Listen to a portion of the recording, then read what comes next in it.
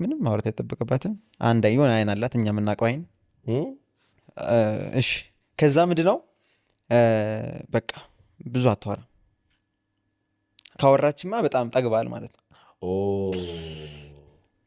በጣም መስመር አለሽ ማለት ነው። ጎረመስክ ውይ ጎረመስክ ምናምን ነገር ነው። በአይኗን የምታወራክ ምናምን እያዋራች ከሆነ በጣም ተሞላፍታለች።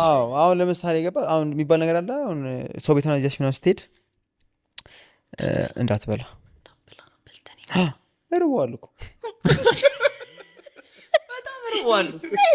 ራብ እኮ ሊገል ነው ማለት ጫፍ ላይ ነው ያለው። ልሙት አልሙት ላይ ነው ደግሞ ረጅም ርቀት ነው የሄድከው። ይሄኔ እንዳበላ ተብላ እዛ እንግዶቹ ደግሞ መጥቶ ብላ አንድ ቁርጥ ነው ይሸታል።